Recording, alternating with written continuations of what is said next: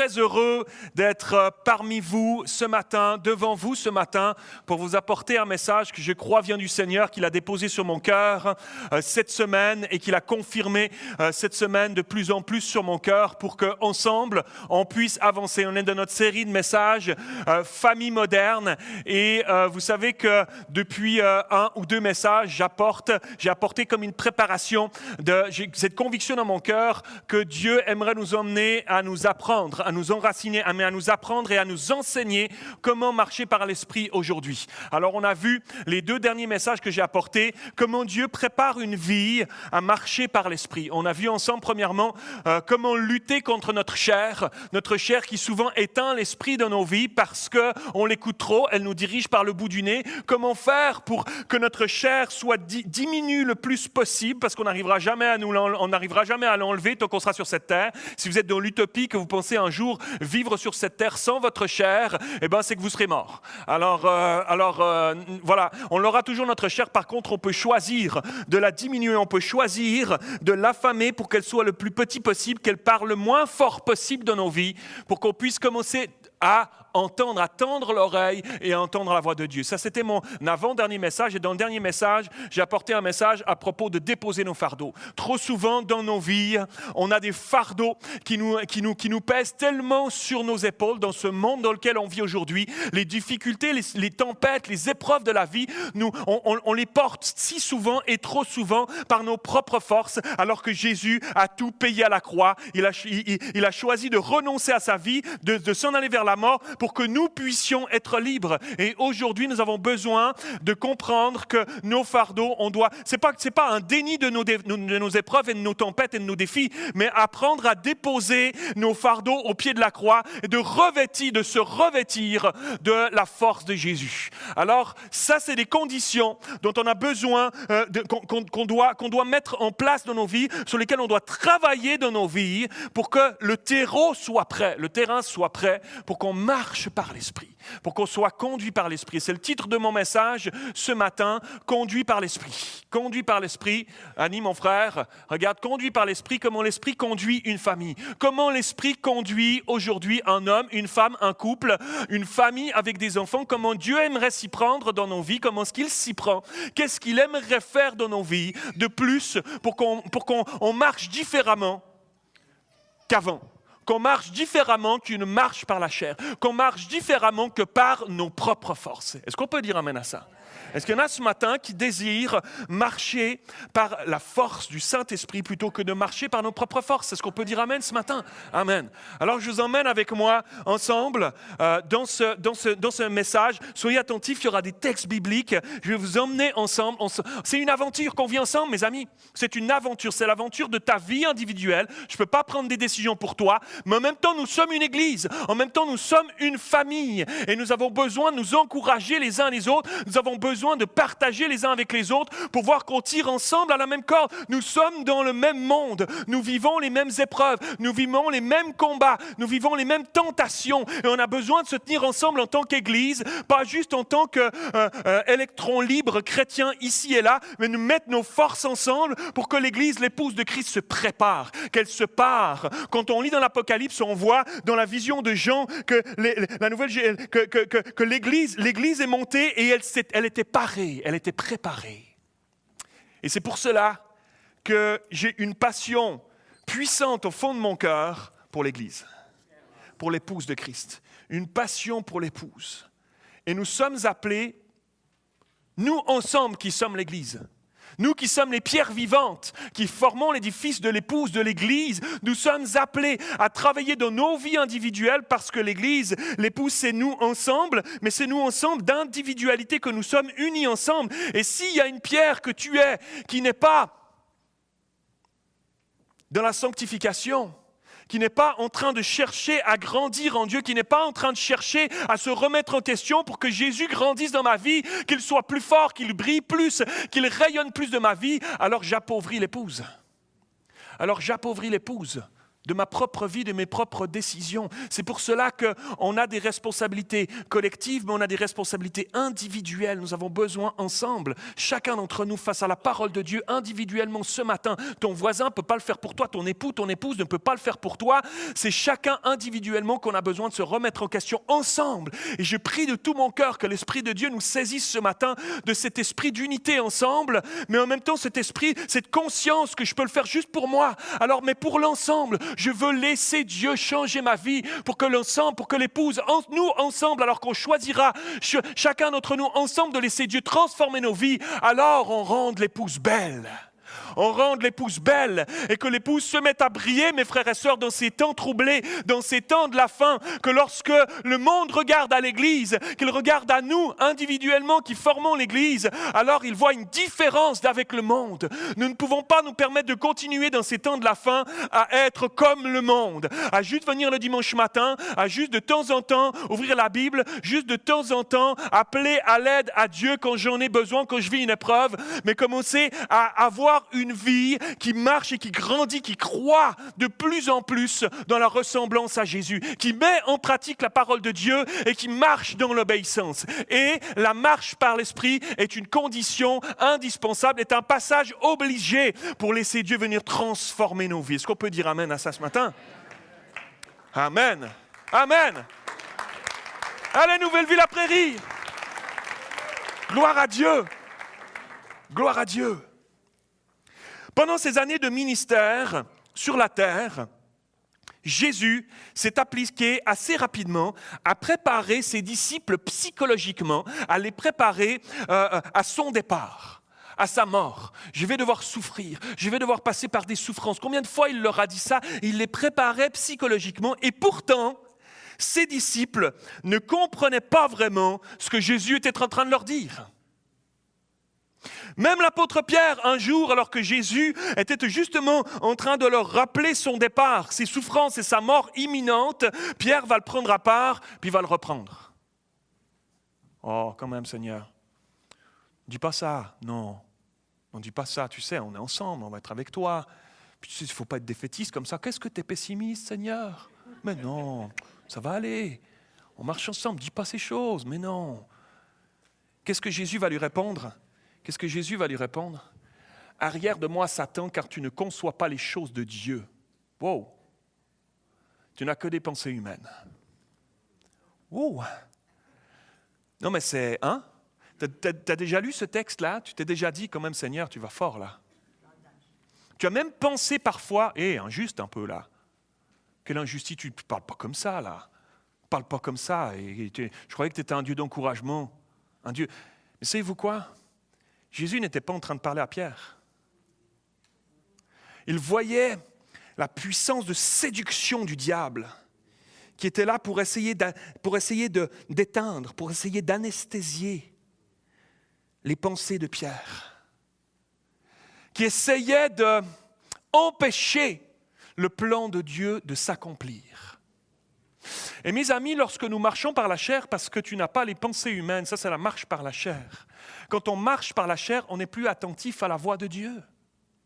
Et alors on est tellement plus facilement susceptible aux attaques de l'ennemi, aux attaques du diable, aux pensées sournoises du menteur qui vient pour nous éloigner du plan de Dieu pour nos vies. Pour chacun d'entre nous ici ce matin, écoutez-moi bien, chacune d'entre nous avons un appel de Dieu sur notre vie, une mission à accomplir. Tu as donné ta vie à Jésus, tu as eu la grâce de connaître le salut en Jésus-Christ, tu as maintenant une mission à accomplir. Peu importe l'endroit, la distance sur laquelle tu te trouves sur le chemin de la foi, peu importe, tu as une mission à accomplir. Cherche à grandir dans la sanctification, mais à côté de cela, il y a une mission que Dieu te donne, à chacune d'entre nous. Et l'ennemi de nos âmes, Satan, le diable, va tout faire pour essayer de t'empêcher de rentrer dans la mission que Dieu t'a donnée.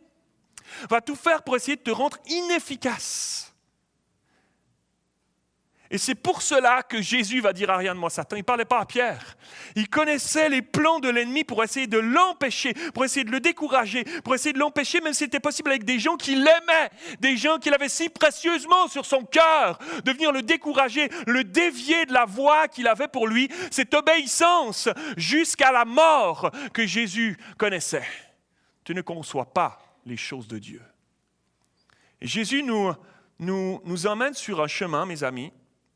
Jésus nous emmène sur un chemin, à chacun d'entre nous. Tout comme pour les disciples, on a besoin, comme point de départ, de choisir de nous mourir à nous-mêmes à l'exemple de Jésus. Waouh, pasteur, c'est ça que tu es venu nous dire pour la fête de la Saint-Jean. Sérieux. Tu es venu nous dire que de mourir, quoi. Sympa le message. Savez-vous quoi? C'est le message le plus encourageant que je peux vous amener ce matin. C'est paradoxal, hein? C'est le message le plus encourageant que je peux vous amener ce matin. Tu veux voir Jésus agir dans ta vie? Tu veux avoir des fruits? Tu veux porter des fruits dans le royaume de Dieu? Tu veux briller de Jésus dans ton entourage? Tu veux que Dieu ouvre un ciel au-dessus de ta vie et lorsque tu témoignes de Jésus, voir enfin des résultats? Lorsque tu pries d'avoir quelque chose qui t'habite profondément dans tes moments de prière, tu veux vivre des choses extraordinaires pour Dieu? Amen, Nouvelle Vie la Prairie. Non, ça fait plaisir. Nicole, on va rentrer chez nous, on va aller fêter la Saint-Jean à la maison. Est-ce que tu veux vivre des choses avec Dieu? Est-ce que tu veux aller plus loin dans ta vie chrétienne avec Dieu? Amen. Amen. Ça passe, bonne nouvelle, par la mort à toi-même. D'abord, à l'exemple de Jésus. À l'exemple de Jésus, c'est ce que nous avons vu dans les 2 premiers messages que j'ai apportés. Et c'est un passage obligé. Beaucoup parmi nous ont saisi cette pensée, ce cœur, et se sont levés à l'appel avec cette soif de laisser Dieu travailler dans leur vie, cette soif de voir Jésus opérer un changement de mentalité dans vos vies. J'aimerais vous dire, persévérez mes amis, persévérez. Et si après cela, lorsque vous êtes sortis de l'église et que vous êtes rentrés chez vous, si pendant la semaine qui a suivi, vous avez vécu des épreuves, vous avez vécu des tempêtes, on dirait que c'était comme pire qu'avant encore, j'aimerais vous dire, c'est normal. C'est normal. Mais est-ce qu'on pense, ou est-ce qu'on pensait que la vie chrétienne, une fois qu'on avait accepté Jésus dans nos vies, était juste un long fleuve tranquille? Parce que parfois, c'est un certain courant de pensée qui traîne au milieu de nos églises.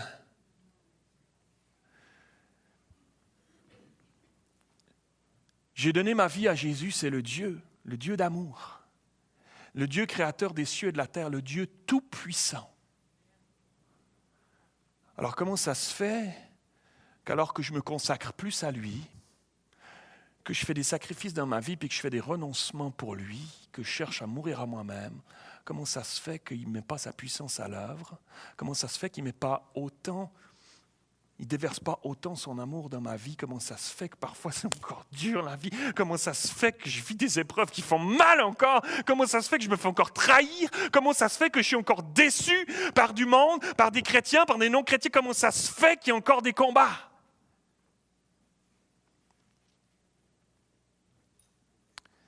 Parce que quand on rentre dans le plan de Dieu pour nos vies, on a un ennemi. On a un ennemi que ça ne fait pas son affaire, mes amis. Et alors que nous vivons et que nous avançons de plus en plus, et je le vois, nous le voyons dans le monde, soyons attentifs. Les fils d'Issachar étaient sages, car ils comprenaient les temps dans lesquels ils vivaient.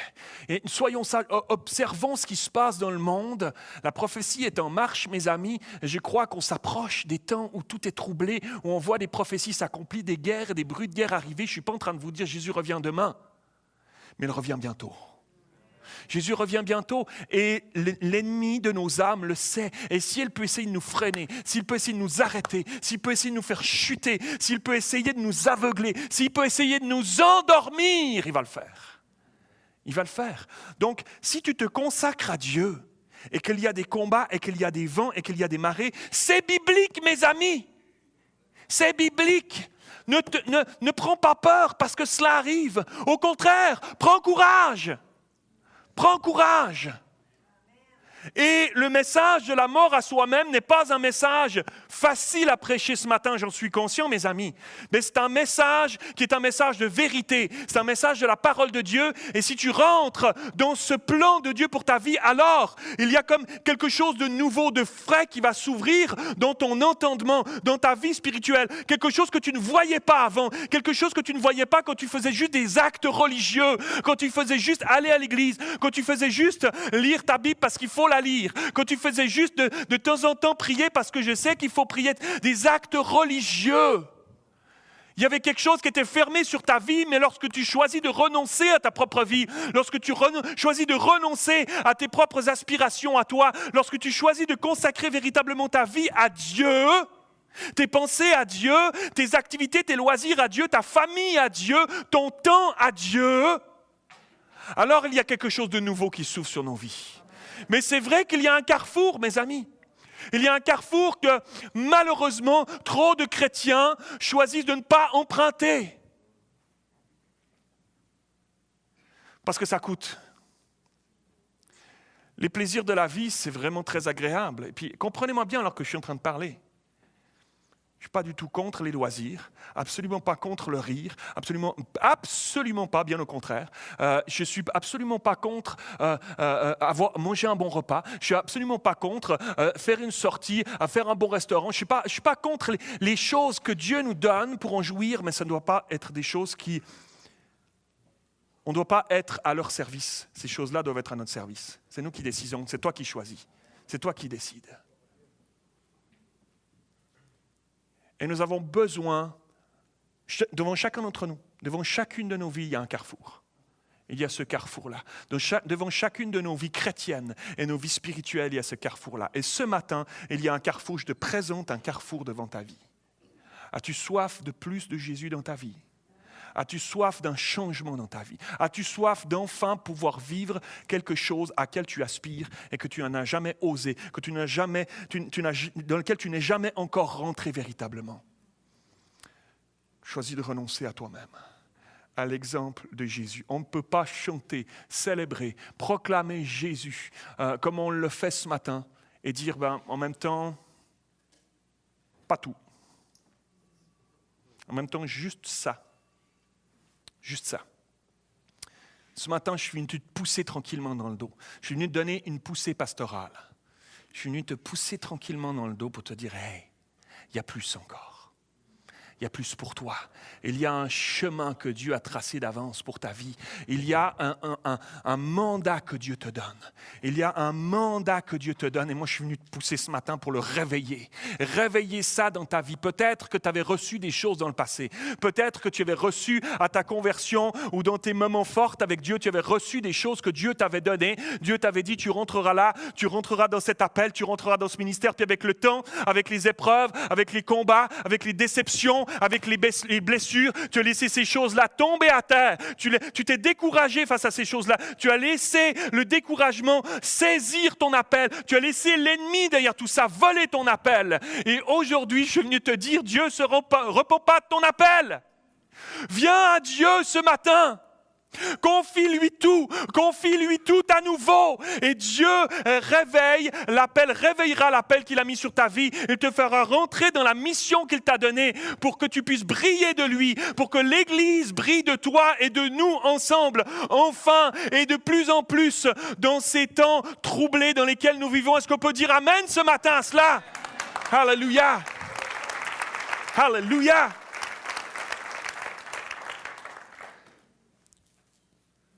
Jésus, juste après avoir repris Pierre et ses disciples, parce qu'il connaissait la portée éternelle de cette mort qu'il devait vivre, de ce geste, il va dire cette parole qui résonne encore aujourd'hui pour chacun d'entre nous. Regarde avec moi. Puis, ayant appelé la foule avec ses disciples, Marc 8, 34, il leur dit, « Si quelqu'un veut venir après moi, qui veut me suivre, alors qu'il renonce à lui-même, qu'il se charge de sa croix, et qu'ils me suivent. » Wow! C'est la vérité, c'est la parole de Dieu, mes amis. C'est la vérité, c'est la parole de Dieu.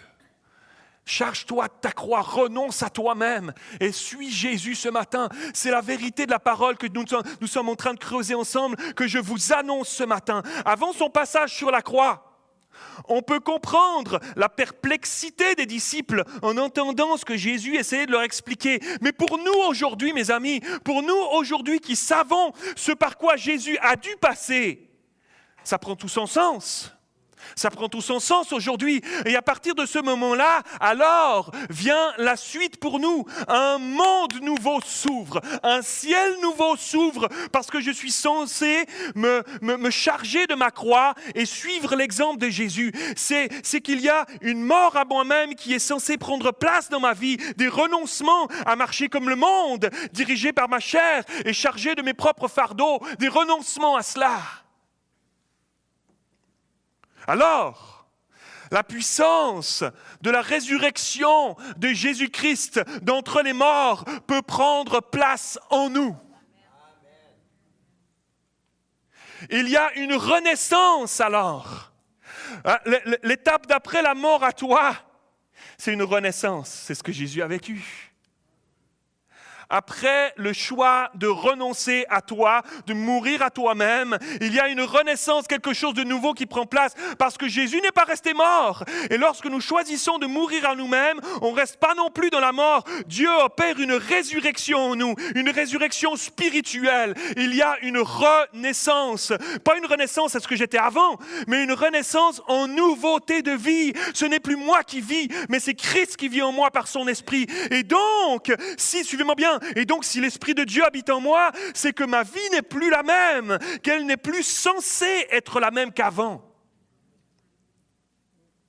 Que les pensées qui m'habitaient ne sont plus les mêmes qu'avant, que les aspirations égoïstes qui me portaient avant ne sont plus là, que le manque d'amour pour mon prochain qui était là avant a disparu, que la critique et la médisance ont laissé place à des paroles de vie et d'encouragement, la colère et l'emportement ont été remplacés par la douceur, l'avarice et le manque de partage qui m'habitaient alors ont laissé place à la générosité, que le désir de contrôler tout et tout le monde n'a plus sa place, que les moqueries des autres sur moi n'ont plus d'emprise sur ma vie.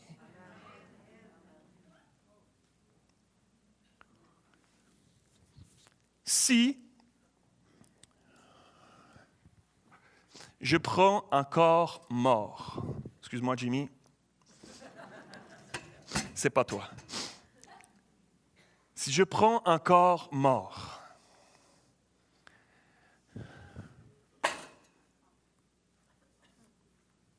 il a dit aïe, aïe, aïe. Non. Si je lui crache dessus, je ne vais pas le faire, je vous épargne ça. Si je lui crache dessus, pouf, il va se rebeller, il va me rendre l'appareil, il n'a pas de salive. Si je lui saute dessus à pieds joints, si je le lance, va-t-il réagir? Lorsqu'on choisit de mourir à nous-mêmes, cela ne veut pas dire qu'on doit se laisser tout faire. Ça ne veut pas dire qu'on doit accepter de subir n'importe quoi, puis des outrages n'importe comment, puis dire « oh oui, encore ». Non. Mais ces choses-là ne sont plus censées avoir de l'emprise sur nos vies. Ces choses-là ne sont plus censées avoir de l'emprise sur nos vies. S'il y a quelque chose en moi, et j'y travaille, faites-moi confiance, s'il y a quelque chose en moi qui, dans ces moments-là, réagit encore, c'est que je n'ai pas passé par la mort à moi-même jusqu'au bout. C'est qu'il y a quelque chose en moi qui a besoin encore de mourir à moi-même. Comprenez-moi bien, ce matin, c'est un processus. C'est un processus, mais nous avons besoin de choisir, de décider, de rentrer dans ce processus si nous voulons voir Dieu à l'œuvre dans nos vies, si nous voulons voir Dieu croître et grandir dans nos vies, si nous voulons grandir dans la ressemblance à Jésus dans nos vies. Alléluia. Mourir à soi-même pour que le Saint-Esprit vienne prendre plus de place dans nos vies, dans nos couples, dans nos familles. Alors, il commence une œuvre. Si on lui laisse la place, si on lui laisse plus de place, si on lui laisse toute la place, il y a une œuvre surnaturelle du Saint-Esprit qui prend place dans nos vies. Est-ce qu'on peut dire Amen? J'ai une bonne nouvelle pour vous, j'ai terminé mon introduction.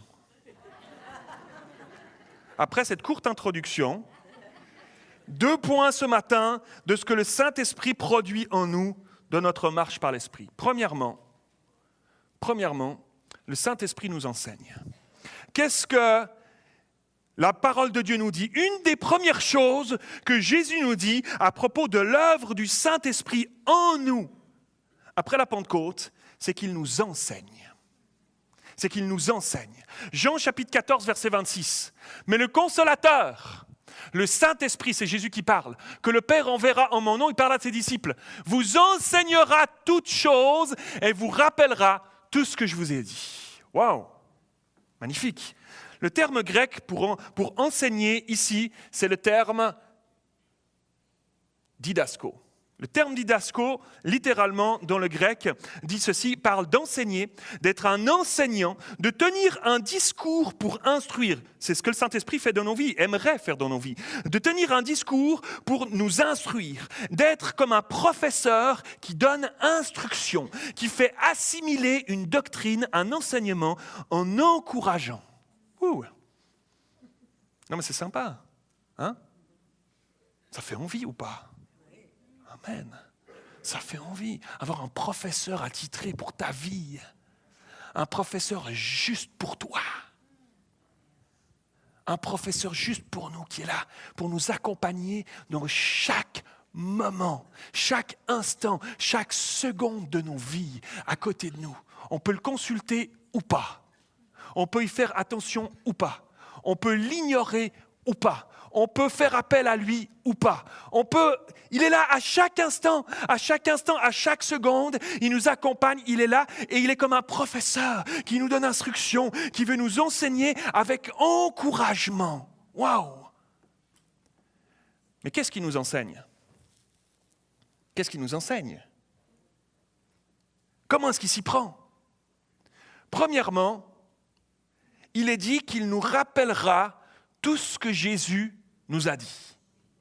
Très important. Il a dit qu'il nous rappellera tout ce que Jésus nous a dit, c'est-à-dire les paroles que Jésus nous a dites. C'est-à-dire les paroles de Jésus. C'est sa parole. C'est la parole de Dieu. Jésus a dit qu'il ne fait rien s'il n'a pas l'accord de son Père. Il ne fait rien, il ne parle pas s'il n'a pas l'accord de son Père. Il est en accord avec son Père. C'est la parole. Il nous rappellera, le Saint-Esprit est là pour nous rappeler la parole de Dieu. Cette parole que nous avons la grâce d'avoir avec nous encore aujourd'hui.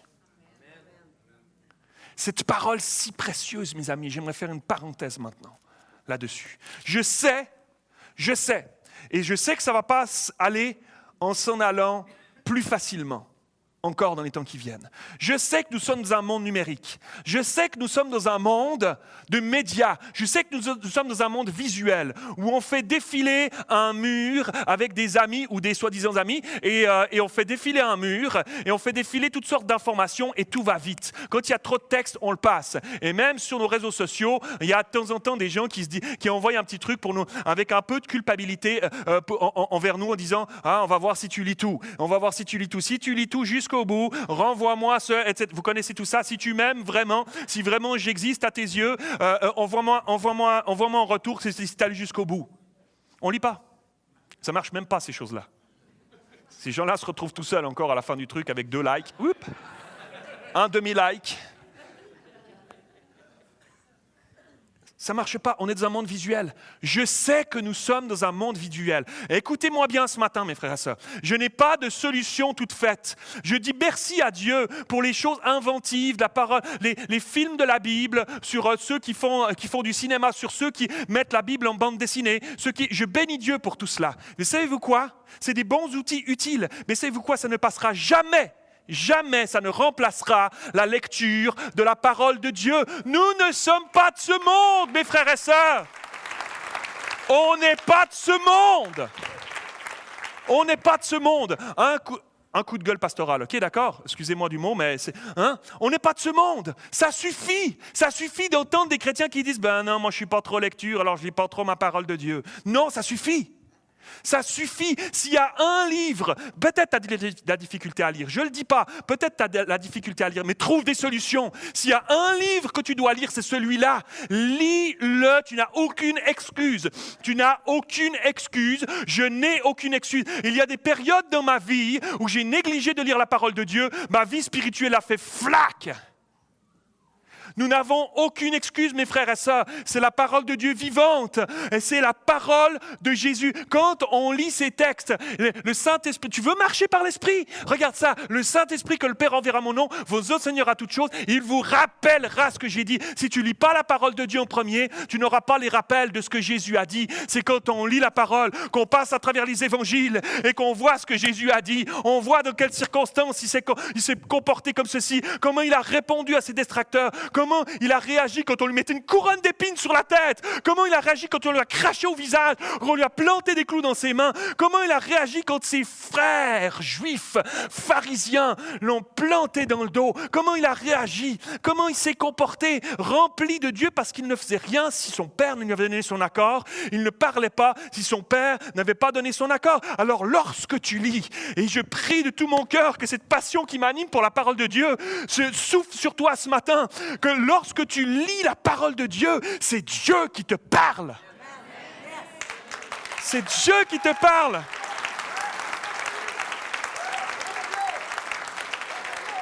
Alléluia. C'est Dieu qui te parle. Est-ce que nous allons la négliger encore plus longtemps?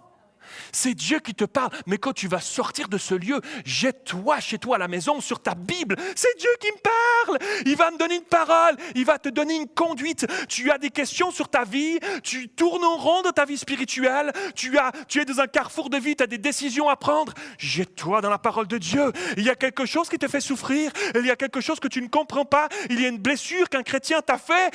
Jette-toi dans la parole de Dieu. Tu verras comment Jésus a réagi face au crachat. Tu vas voir comment Jésus a parlé, qu'est-ce qu'il a enseigné, qu'est-ce qu'il a dit. Le Saint-Esprit alors se mettra à te rappeler les paroles de Jésus. Elles vont commencer à t'habiter, elles vont rentrer en toi, elles vont s'enraciner dans ta vie et elles vont faire la différence parce qu'elles vont se mettre à déborder de toi. Elles vont se mettre à déborder de toi parce que quand on est rempli de la parole de Dieu, quand on a des textes de la Bible qui nous habitent, ça déborde, mes amis. Alléluia. C'est ça que le Saint-Esprit est venu faire en priorité dans nos vies. Un amour et un retour à la parole de Dieu. Amen. Ça, c'était mon premier point. Et je n'ai pas terminé. Sa parole nous enseigne à travers la vie de Jésus, à travers l'œuvre de Dieu, dans l'histoire, à travers les paroles de Jésus à ses disciples au monde, et comment vivre en conformité avec lui. Comment est-ce que ta vie peut ressembler à Jésus? En t'attachant à la parole de Dieu, à travers les paroles de Jésus, en laissant le Saint-Esprit te rappeler et te révéler sa parole, parce qu'on peut lire la Bible sans être touché aussi. Beaucoup l'ont fait. On a besoin du Saint-Esprit pour nous la révéler. Lorsque tu lis ou que tu relis la Bible dans ton quotidien, n'oublie jamais que c'est la parole de Dieu. Je prie que ce matin, c'est quelque chose que tu te rappelles en sortant de ce lieu, c'est que quand tu ouvriras ta Bible, ce n'est pas un livre de cuisine, ce n'est pas comme si tu cherchais la recette de la tarte aux fraises. Tu te dis, tiens, j'en ai besoin, j'aimerais faire une bonne tarte aux fraises, au citron, au pacane. Tac, tu vas voir. C'était comment déjà? Comme ci, comme ci, comme ça, comme ça. Merci beaucoup, à la prochaine. Quelle tristesse. Quelle tristesse de lire la parole de Dieu, de se nourrir de Jésus comme ça. Il a tellement plus.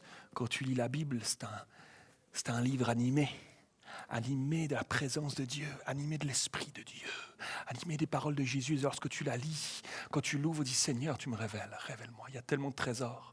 Seigneur, tu connais mes besoins, tu connais mes défis, tu connais mes combats, tu connais mes pourquoi. Je veux lire ta parole, Seigneur, j'ai besoin d'une parole de toi. Saint-Esprit, viens me la révéler. Viens me révéler qu'est-ce que tu voudrais me dire aujourd'hui, comment tu voudrais m'équiper, comment tu voudrais me rassurer, comment tu voudrais me fortifier. Seigneur, j'ai besoin d'une parole de toi. Laissez-moi vous dire, fais ça. Fais ça fidèlement. Fais ça avec conviction et foi. Dieu ne te décevra jamais. Tu recevras ton pain quotidien, tu recevras ta nourriture et ce sera une nourriture solide. Ce sera une nourriture solide. Parce que notre propre chair, là, si tu vas dans ta journée avec ta propre chair, laisse-moi te dire, ce n'est pas une nourriture solide. Ce n'est pas une nourriture solide. On a besoin de nourriture solide pour faire face aux défis de ce monde aujourd'hui, mes amis. Alors, tu y trouveras des trésors de vie chaque jour. Le monde ne s'appuie pas sur la parole de Dieu. Le monde ne s'appuie pas sur la parole de Dieu. Il en est loin, il s'en éloigne de plus en plus. Si dans ces temps de la faim, qui sont troublés, nous nous appliquons à baser nos vies sur la parole de Dieu, remplis de l'Esprit, alors on ne sera pas comme le monde. Le monde verra que nous sommes les enfants de Dieu si les principes du Saint-Esprit, si avec l'aide du Saint-Esprit, dans ces principes, les principes de la parole de Dieu nous habitent, et si on grandit dans cette révélation de la parole, alors nous ne pouvons pas, on ne pourra pas ressembler au monde, on ne pourra pas ressembler à ce monde, parce que Jésus n'aime pas comme le monde aime. Parce que la paix que donne Jésus n'est pas la tranquillité humaine que le monde propose, avec toutes sortes de méthodes parallèles, avec un fond occulte pour apaiser momentanément nos angoisses. Parce que la joie que Jésus donne n'a rien à voir avec les divertissements que le monde propose, où on a l'impression qu'on s'est éclaté, qu'on a eu du gros fun, mais on ne se rappelle plus ce qui s'est passé hier soir. La vie en Jésus, que nous pouvons vivre avec l'aide du Saint-Esprit qui nous révèle Jésus en nous, qui nous donne la vie, cette vie qu'on cherche, que tout être humain cherche désespérément, est tellement plus merveilleuse, elle est tellement plus rassurante, elle est tellement plus comblante, elle est tellement plus fun. Amen. Deuxièmement, ce matin, le Saint-Esprit nous conduit. Le Saint-Esprit nous enseigne. Deuxièmement, le Saint-Esprit nous conduit. Le Saint-Esprit nous conduit chaque jour à marcher par l'Esprit, à chaque instant, parce que le Saint-Esprit nous enseigne à travers la parole de Dieu, mais il nous prend aussi par la main sur le terrain, dans nos vies, quand tu sors de ton lieu de prière et que tu t'en vas dans ta journée, que tu fais déjeuner tes enfants, que tu les amènes à l'école, que tu pars au travail, que tu es dans le métro, dans les transports en commun, dans ton auto, dans les bouchons. Il est là. Il est là. Il nous accompagne dans chaque moment de nos vies quotidiennes. Littéralement, c'est notre divin maître d'apprentissage. Notre divin maître d'apprentissage, notre professeur, il nous apprend, il nous conduit, il nous fait passer par des tests pratiques parfois pour nous faire progresser. Il nous recommande des choses, il nous met en garde, il nous apprend l'équipement à revêtir en tant que chrétien dans ce monde et il nous exerce au combat. Il nous accompagne dans nos moments difficiles, dans nos déceptions. Il nous met à l'écart parfois pour un temps de repos, d'arrêt de nos activités frénétiques par la force s'il le faut, pour notre plus grand bien. Il est tellement diversifié, mes amis. Il a les capacités de rappeler à notre mémoire sa parole, dans telle ou telle situation pour nous guider, pour nous encourager, pour nous fortifier. Et en même temps, il travaille avec nous de diverses manières. Il nous parle à travers des songes, au milieu d'un temps de prière, avec une pensée, avec une image, avec une vision, au travers de circonstances qui permettent dans nos vies pour nous dire quelque chose, pour nous rappeler à l'ordre, ou pour nous rediriger, pour corriger notre trajectoire de vie, ou encore nous utiliser pour être un témoin à un moment donné de nos journées. Puis on pourrait parler des heures comme ça. Peut-être qu'il te déposera sur ton cœur de donner un encouragement, inspiré à quelqu'un dans ton entourage, au lieu de le critiquer. D'encourager la caissière au Provigo, parce qu'il y a tellement de monde dans la file, au lieu de ruminer la frustration et l'impatience ambiante. On perd si vite la joie du Seigneur que donne le Saint-Esprit. Si souvent et si vite. Et on doit apprendre à entendre sa voix, à l'écouter et à y obéir Parce que lorsqu'on laisse le Saint-Esprit venir sur nous, alors il commence à nous saisir. Nos yeux spirituels commencent à s'ouvrir. On se met à entendre Dieu plus distinctement. Des choses qu'on n'entendait pas avant commencent à se faire entendre à nos oreilles, à notre entendement tout à coup. Ça devient de plus en plus clair. L'appel de Dieu se met de plus en plus clairement à résonner en nous. On commence à se sentir digne tout à coup de faire quelque chose pour Dieu. Il y a un feu qui augmente dans nos vies pour faire des choses qu'on ne faisait pas avant, qu'on n'a même pas imaginé avant. Il y a une passion, il y a un amour qui grandit en nous. Et c'est le Saint-Esprit qui est en train de façonner le cœur du Père dans ces enfants que nous sommes. Le Saint-Esprit ne cherche pas son intérêt. Jésus a dit, il va vous parler de moi. Il va prendre de ce qui est à moi et va vous le donner. Waouh! C'est fou! C'est extraordinaire. Regardez, je viens de vous mettre le plan de Dieu pour nos vies, pour ces prochaines années. Meurs à toi-même. Ouvre-toi à la vie du Saint-Esprit. Laisse Dieu couler en toi. Renonce à toi-même. Et alors, le Saint-Esprit va se mettre à parler en toi de Jésus. Il va prendre ce qui est à Jésus et il va te le donner. Waouh! C'est une bonne nouvelle, mes amis. Oh yes! Ça, c'est une bonne nouvelle. Il prend ce qui est à Jésus, il te le donne. Il prend ce qui est à Jésus et il nous le donne. Voilà comment on va se mettre à briller. Voilà comment on verra des signes, des miracles et des prodiges arriver dans ces temps de la fin troublés. C'est ça que Jésus nous a donné comme mandat.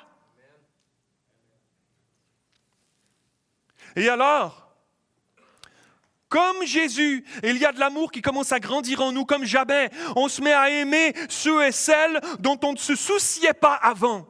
Et alors tout à coup, on sent notre cœur se mettre à battre avec le pouls de Dieu. Ce ne sont plus nos projets qui importent, c'est la présence de Dieu en nous qui importe. On la chérit, on en jouit, on y aspire tellement plus encore. Et c'est sa pensée qui commence à s'imposer à nous. Ce sont ses pensées qui prennent place dans nos pensées. Et c'est alors qu'il nous conduit dans ses voies. Parce que ses voies ne sont pas nos voies, ses pensées ne sont pas nos pensées. Alors si on renonce à nous-mêmes et qu'on s'accroche à Jésus, qu'on se cache en lui, qu'on laisse le remplir nos coupes de sa présence, alors ses voix deviennent nos voix et ses pensées deviennent nos pensées, mes frères et sœurs. Alléluia!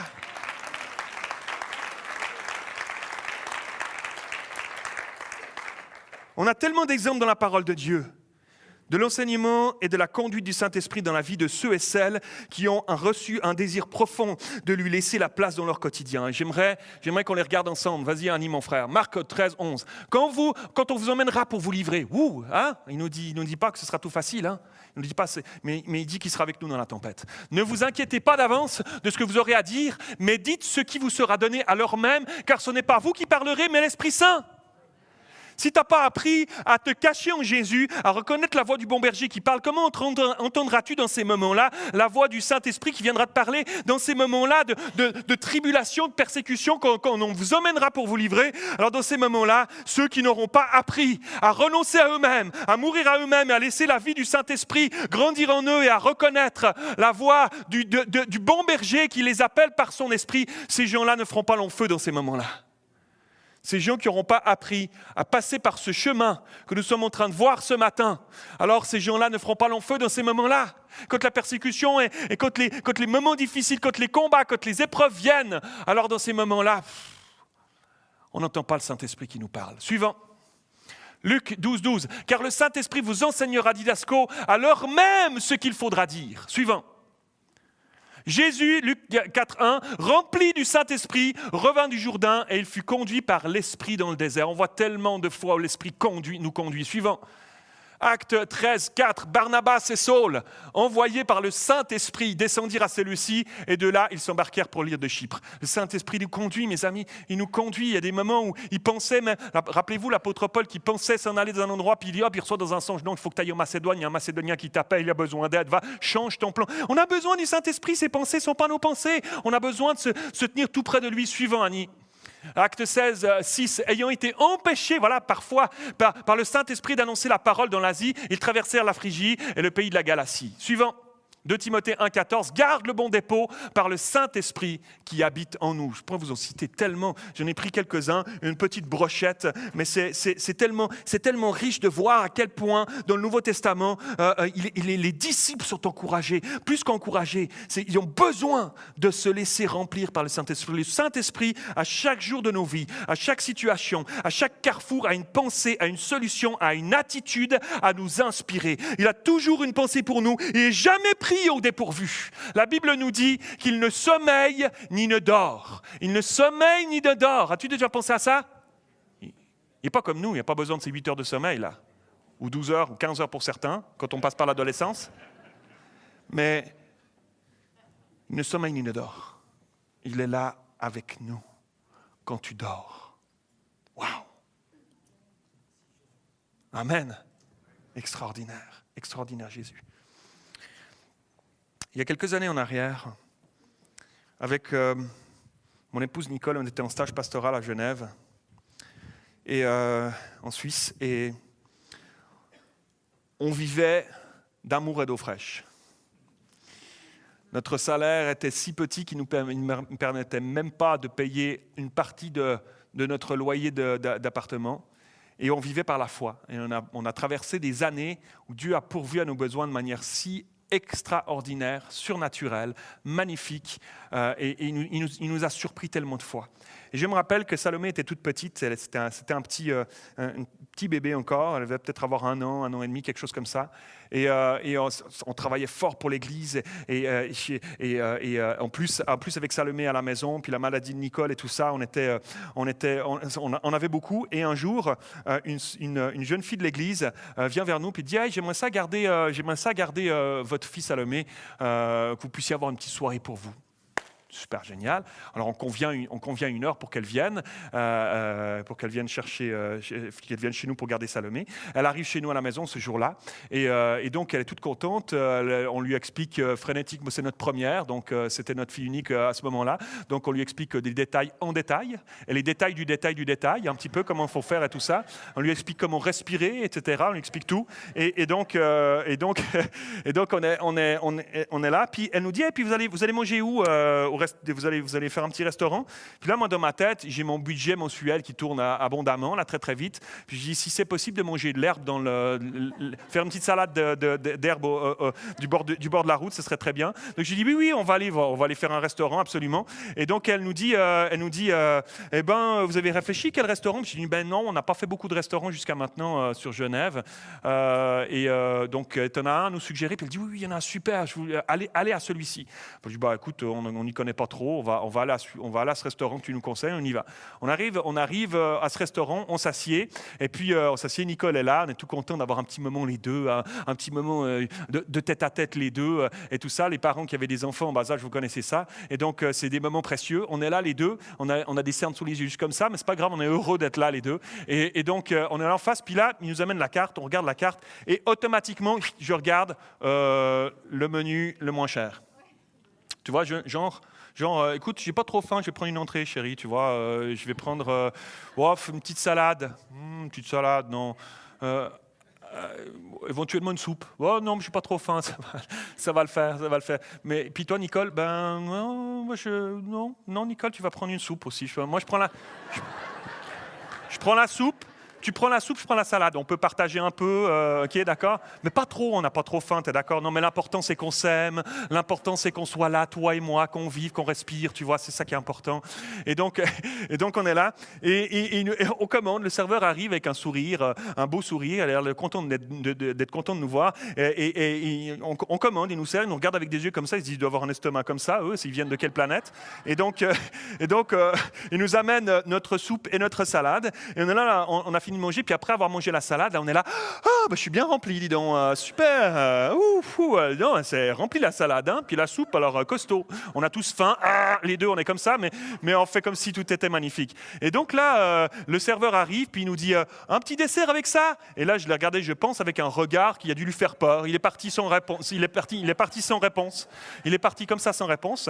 Et donc, nous n'avons pas mangé de dessert ce jour-là, ni de café, ni rien. Mais on était heureux d'être là. On était content d'être là. Et puis, malgré tout, pendant tout le repas, je voyais le serveur avec un espèce de petit sourire de coin. C'est comme ça, avec un petit sourire de coin. Même à certains moments, je me suis dit, suis-je de moi ou quoi? J'ai le droit de manger une salade si je veux, une soupe aussi si j'ai envie, d'accord ? Et à la fin du repas, je commande l'addition. J'avais fait mon petit calcul que je pouvais payer ma salade et ma soupe. Donc je commande l'addition et il arrive, je dis l'addition s'il vous plaît. Puis là, il se met devant la table avec un grand sourire. Puis il me dit non. Je dis comment ça non ? Tu as déjà souri pendant tout le repas, tu ne vas pas commencer à me provoquer là. Je vais payer. Faire honneur à ma réputation, je payerai. Donc il me regarde puis il dit non, ça a déjà été payé. Là je dis ramenez-moi la carte s'il vous plaît, on va commander chéri, caviar, foie gras, c'est parti, champagne. J'ai pas fait ça. La fille qui gardait notre fille est allée dans ce restaurant avant. Elle a dit, s'ils viennent ici, voilà ce couple-là, s'il vient ici, voici leur nom, je paye tout. Je paye tout pour eux. Je payerai tout ce qu'ils commanderont pour eux. Waouh! Incroyable. Je suis sorti de là et je me suis dit, j'en défais mon micro tellement je suis sorti de là et je me suis dit, quelle leçon spirituelle. On se contente beaucoup trop souvent de si peu. On se contente trop souvent de si peu, alors que Dieu a tellement plus par son esprit pour nos vies. On se contente de la petite entrée, de la petite salade puis de la soupe, alors que le Saint-Esprit a prévu beaucoup plus pour chacun d'entre nous, alors que la vie qu'il a prévue pour toi, elle est tellement plus foisonnante, elle est tellement plus remplie de vie, elle est tellement plus remplie de victoire, elle est tellement plus remplie d'amour, elle est tellement plus remplie de la vraie paix, de la vraie joie, elle est tellement plus remplie d'un véritable contentement profond que ce que tu te contentes avec la petite entrée de salade et de soupe pour ta propre vie, jour après jour et jour après jour après jour encore. Dieu a plus pour toi, mon frère, ma soeur. Il a plus pour ton couple, il a plus pour ta famille, il a plus pour l'Église, il a plus pour cette région, il a plus pour le Québec. Nous sommes aujourd'hui la Saint-Jean, Dieu a plus pour le Québec. Il a une lumière plus grande à faire briller sur le Québec, mon frère et ma soeur, à travers ta vie, à travers tes choix de vie. Alléluia.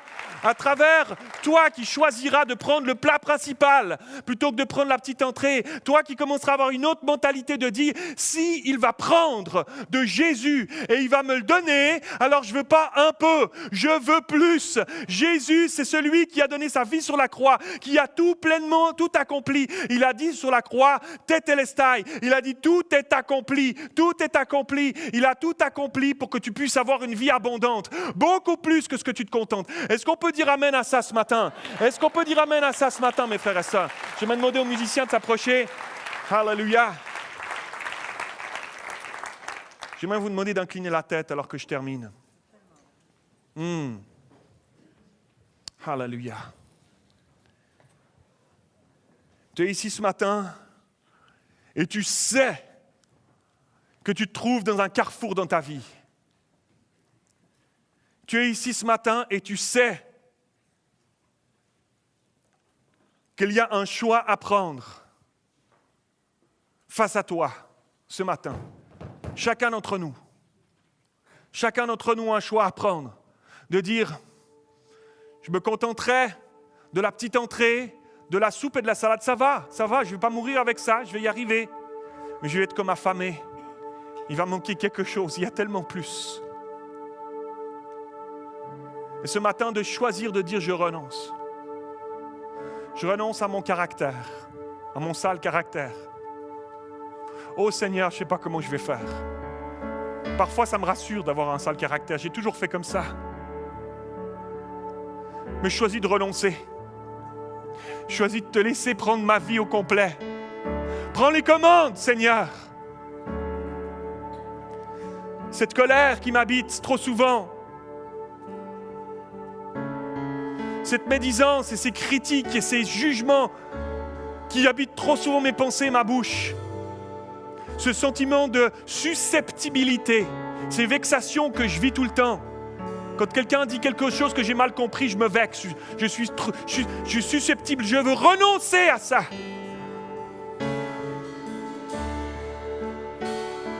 La convoitise qui m'habite trop souvent, ce matérialisme qui m'habite, j'arrive jamais à me contenter de ce que j'ai. J'arrive jamais à me contenter de ce que j'ai. J'ai toujours besoin de plus. Toujours besoin de plus. Toujours besoin de quelque chose. On dirait que quand je n'ai pas acheté, que je n'ai pas consommé, il y a comme un vide à l'intérieur de moi. Je te remets ces choses, j'y renonce. Et je laisse la conduite au Saint-Esprit de ma vie. Est-ce qu'il y a des frères et sœurs ce matin qui disent, moi je rentre dessus. Moi je suis dans ce carrefour-là, je me lève. Je me lève là où je suis. Je veux rentrer dans cette vie nouvelle. Je veux rentrer dans cette abondance. Je veux rentrer dans cette vie que je ne connais pas ou que je connais si peu. Je veux que le Saint-Esprit vienne et me donne plus de Jésus, qu'il prenne ce qu'il y a à Jésus puis qu'il me le donne. J'ai besoin de plus de cela. Lève-toi là où tu es si tu veux cette vie-là. Moi je suis debout, je me lève. Je me lève quand même. Je suis là aussi, hallelujah. J'ai soif de plus. Yes, j'ai soif de plus. J'ai soif de plus de toi, Seigneur. Cette marche par l'Esprit. Cette marche par l'Esprit au quotidien. De chaque instant. Alléluia. Oh, qu'est-ce que j'en ai besoin. Qu'est-ce que nous en avons besoin. Qu'est-ce que mon couple en a besoin. Qu'est-ce que mes enfants en ont besoin. Qu'est-ce que j'en ai besoin en tant que père, en tant que mère. Pour faire grandir mes enfants dans l'exemple de Jésus et que eux aussi à leur tour ils aient envie de renoncer à eux-mêmes et de laisser Jésus prendre toute la place. Alléluia, Seigneur. Oh, mes frères et sœurs, je suis tellement heureux de voir l'Église debout ce matin parce que cet appel, il est pour nous. Il est pour toi. Cet appel, il est pour chacun, chacune d'entre nous. Alléluia. Je prie ce matin, Seigneur, que tu viennes nous emmener plus loin. Je prie que tu nous fasses grandir la mesure de ta présence dans nos vies, Seigneur. Une mesure plus grande de Jésus. Nous choisissons ce matin ensemble, Seigneur, de renoncer à nous-mêmes, de renoncer à nos aspirations, de renoncer à nos plans à nous, Seigneur, et de te laisser à toi le contrôle de tout, Seigneur. De rentrer sur ton chemin, alléluia, Seigneur. Je prie qu'il y ait un avant et qu'il y ait un après. Aujourd'hui, Seigneur, 24 juin 2018 pour nos vies, pour nos couples, pour nos familles et pour l'Église, Seigneur. Au nom de Jésus, je prie que ton esprit nous remplisse ce matin. Je prie que nos coupes débordent. Je prie que tu viennes remplir nos vases, Seigneur, de qui tu es ce matin au nom de Jésus. Non pas pour rentrer dans des choses extravagantes de l'esprit, non pas pour rentrer dans des choses controversées de l'esprit qu'on entend trop aujourd'hui, mais pour rentrer dans une juste vision de la marche par l'esprit. Tu es vivant et nous le reconnaissons. Tu es Dieu et tu habites en nous par ton esprit. Remplis nos coupes ce matin, Seigneur. Habite-nous, Seigneur. Que cette semaine, notre semaine soit remplie de plus de toi. Que notre semaine soit remplie d'attitudes, de pensées qui retransmettent Jésus autour de nous à travers nos vies au nom de Jésus. Est-ce qu'on peut applaudir le Seigneur ce matin pour qui il est?